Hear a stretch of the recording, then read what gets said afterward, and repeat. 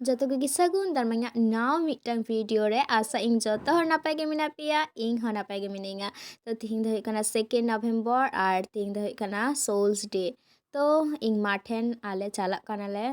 তো নয় ভাইপো মিনায় আর ইংরেন ঘন্টু উনি তালারেন উনি ইংরেন ভাইপো কান গে তো ইংদা আর কি দুলারতে আর কি ঘন্টিং নুতুম কাদিয়া তো ইংসা থেকে সবসময় তাহে নাই আর ᱟᱹᱰᱤᱜᱟᱱ ᱜᱚᱞᱯᱚᱛᱮ ᱟᱞᱮ ᱪᱟᱞᱟᱜ ᱠᱟᱱᱟᱞᱮ ᱟᱞᱮ ᱟᱹᱰᱤ ᱦᱚᱲᱞᱮ ᱪᱟᱞᱟᱜ ᱠᱟᱱ ᱛᱟᱦᱮᱱᱟ ᱛᱚ ᱡᱟᱭᱦᱳᱠ ᱯᱩᱨᱳ ᱴᱳᱴᱳ ᱜᱮ ᱟᱞᱮ ᱞᱮ ᱪᱟᱞᱟᱜ ᱠᱟᱱᱟ ᱯᱩᱨᱳ ᱴᱳᱴᱳ ᱨᱮ ᱟᱞᱮ ᱟᱨ ᱛᱚ ᱱᱚᱜᱼᱚᱭ ᱜᱚᱞᱯᱚᱛᱮ ᱟᱞᱮ ᱦᱚᱸ ᱥᱮᱴᱮᱨ ᱱᱟᱞᱮ ᱟᱨ ᱱᱚᱰᱮ ᱧᱮᱞ ᱯᱮ ᱛᱤᱱᱟᱹᱜ ᱜᱟᱱ ᱦᱚᱲ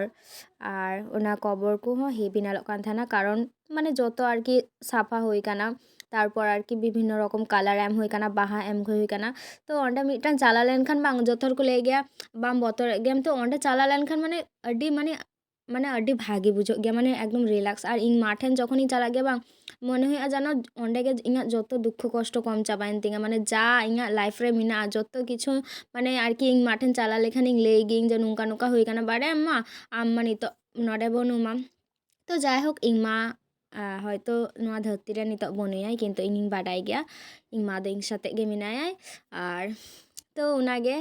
ᱟᱨ ᱱᱚᱜᱼᱚᱭ ᱱᱚᱛᱮ ᱯᱷᱟᱫᱟᱨও ᱦᱮᱡ ᱱᱟᱭ ᱠᱚᱵᱚᱨ ᱟᱥᱤᱨᱵᱟᱫ ᱠᱷᱟᱹᱛᱤᱨ ᱟᱨ ᱱᱚᱜᱼᱚᱭ ᱱᱚᱱᱛᱮ ᱨᱮ ᱤᱧ ᱦᱚᱧ ᱛᱤᱸᱜᱩ ᱠᱟᱱᱟ ᱟᱨ ᱡᱚᱛᱚ ᱦᱚᱲ ᱢᱮᱱᱟᱜ ᱞᱮᱭᱟ ᱢᱟᱱᱮ ᱤᱧ ᱜᱮ ᱟᱨᱠᱤ ᱵᱷᱤᱰᱤᱭᱳᱮᱫ ᱛᱟᱦᱮᱱᱤᱧ ᱛᱚ ᱤᱧ ᱢᱟ ᱢᱟᱱᱮ ᱥᱮᱨᱚᱠᱚᱢ ᱠᱚᱵᱚᱨ ᱥᱟᱯᱷᱟ ᱦᱚᱸ ᱵᱟᱹᱧ ᱵᱟᱰᱟᱭ ᱜᱮᱭᱟ ᱛᱚ ᱡᱟᱭᱦᱳᱠ ᱵᱟᱨ ᱫᱤᱱᱤᱧ ᱦᱮᱡ ᱞᱮᱱᱟ ᱛᱚ ᱠᱟᱹᱴᱤᱡ ᱪᱮᱫ ᱠᱟᱨᱚᱱ ᱱᱤᱛᱚᱜ ᱠᱷᱚᱱ ᱡᱩᱫᱤ ᱵᱟᱹᱧ ᱪᱮᱫ ᱢᱟ ᱛᱟᱦᱚᱞᱮ পরে চিকাতিং করাওয়া তো যাই হোক আর নতে ধূপ কো আলে ᱦᱚᱸ ᱫᱷᱚᱨᱟᱭᱮᱫᱼᱟ ᱞᱮ ᱟᱨ ᱜᱷᱚᱱᱴᱩ ᱦᱚᱸ ᱩᱱᱤ ᱢᱟ ᱤᱧ ᱜᱮ ᱢᱤᱛᱟᱹᱧ ᱠᱟᱱᱟ ᱡᱮ ᱩᱱᱤ ᱟᱨᱠᱤ ᱢᱚᱱᱟ ᱠᱟᱛᱮ ᱦᱚᱦᱚᱭᱤᱧ ᱜᱮ ᱛᱚ ᱟᱨᱠᱤ ᱩᱱᱤ ᱢᱤᱛᱟᱹᱧ ᱠᱟᱱᱟ ᱡᱮ ᱢᱚᱱᱟ ᱫᱟও ᱢᱤᱫᱴᱟᱝ ᱫᱮ ᱤᱢᱟᱹᱧ ᱢᱮ ᱟᱨ ᱱᱚᱭ ᱯᱩᱨᱳ ᱵᱟᱦᱟ ᱫᱤᱭᱮ ᱟᱞᱮ ᱯᱩᱨᱳ ᱢᱟᱱᱮ ᱥᱟᱡᱟᱣ ᱠᱟᱜ ᱞᱮ ᱛᱚ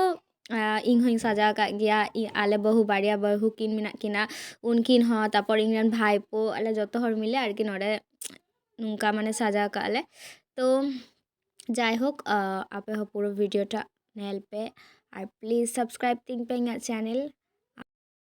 তারপর নয় ঘন্টু মিতাদিঙা যে চলো মনা যত কবর মানে আর কি নেলাই তো ওনা খাতে দিয়ে কানিং ইংগে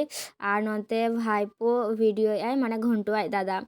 উনি তো ভাইপো কাতে গিং হওয়াই গিয়া আর ঘন্টু দ মানে দুলার তার কি ইং নতুন কাদিয়া ঘন্টু ইঙ্গিং হওয়াই গিয়া ঘন্টু আতে তো যাই হোক আপে হ পুরো ভিডিওটা নেল পে তো লাহাতে যখন মা মানে তাহেলেনায় তখন মানে মার সাথে ইᱧᱟᱹᱜ ᱢᱤᱫᱴᱟᱝ ᱮᱴᱟᱜ ᱜᱮ রিলেশন ᱛᱟᱦᱮᱸᱞᱮᱱᱟ ᱡᱚᱛᱚ ᱠᱤᱪᱷᱩ ᱤᱧ ᱢᱟᱧ ᱢᱮᱛᱟᱭ ᱠᱟᱱ ᱛᱟᱦᱮᱱᱟ ᱢᱟᱱᱮ একদম পুরো বেস্ট ফ্রেন্ড টাইপ তো সব থেকে বেশি ᱤᱧ ᱫᱚ ᱱᱚᱣᱟ ᱫᱷᱟᱹᱨᱛᱤ ᱨᱮ ᱤᱧ ᱢᱟ ᱜᱤᱧ ᱫᱩᱞᱟᱹᱲᱟᱭ ᱜᱮᱭᱟ ᱱᱤᱛ ᱦᱚᱸ ᱟᱨ ᱚᱱᱟ ᱡᱟᱭᱜᱟ ᱚᱠᱚᱭ ᱦᱚᱸ ᱛᱤᱥ ᱦᱚᱸ ᱵᱟᱠᱚ ᱦᱟᱛᱟᱣᱟ ᱟᱨ ᱡᱟᱦᱟᱸᱭ ᱨᱮᱱ ᱢᱟᱱᱮ ᱟᱭᱳ ᱵᱟᱵᱟ ᱵᱟᱹᱱᱩᱜ ᱠᱚᱣᱟ ᱠᱚ ᱩᱱᱠᱩ ᱜᱮᱠᱚ ᱵᱟᱰᱟᱭᱟ ᱡᱮ ᱪᱮᱫ ᱞᱮᱠᱟ ᱩᱱᱠᱩᱣᱟᱜ ᱚᱵᱚᱥᱛᱟ ᱛᱟᱠᱚ ᱪᱮᱫ ᱦᱟᱞ ᱟᱨ ᱤᱧᱟᱹᱜ ᱱᱚᱰᱮ ᱠᱷᱚᱱ ᱟᱨᱠᱤ ᱢᱟᱱᱮ ᱨᱟᱠᱟᱵ ᱛᱮᱦᱚᱸ ᱟᱹᱰᱤ ᱥᱚᱢᱚᱭ ᱞᱟᱜᱟᱣ ᱟᱠᱟᱱᱟ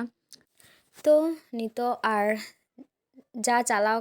কানা ওনা তো আর কোনো দিন বাং মেকআপᱚᱜᱼᱟ ᱤᱧᱟᱹᱜ ᱡᱤᱵᱚᱱ ᱨᱮ ᱚᱱᱛᱚᱛᱚ ᱚᱱᱟ ᱫᱚ ᱢᱟᱱᱮ ᱚᱱᱟ ᱟᱜᱷᱟᱛ ᱵᱟ ᱚᱱᱟ ᱠᱷᱚᱛᱚ ᱫᱚ ᱚᱱᱠᱟ ᱜᱮ ᱛᱟᱦᱮᱱᱟ ᱚᱱᱟ ᱫᱚ ᱚᱠᱚᱭ ᱦᱚᱸ ᱵᱟᱠᱚ ᱯᱩᱨᱚᱱ ᱫᱟᱲᱮᱭᱟᱜᱼᱟ ᱟᱨ ᱛᱚ ᱱᱚᱝᱠᱟ ᱜᱮ ᱱᱚᱣᱟ ᱵᱷᱤᱰᱤᱭᱳᱴᱟᱜ ᱦᱚᱸ ᱮᱱᱰᱤᱝ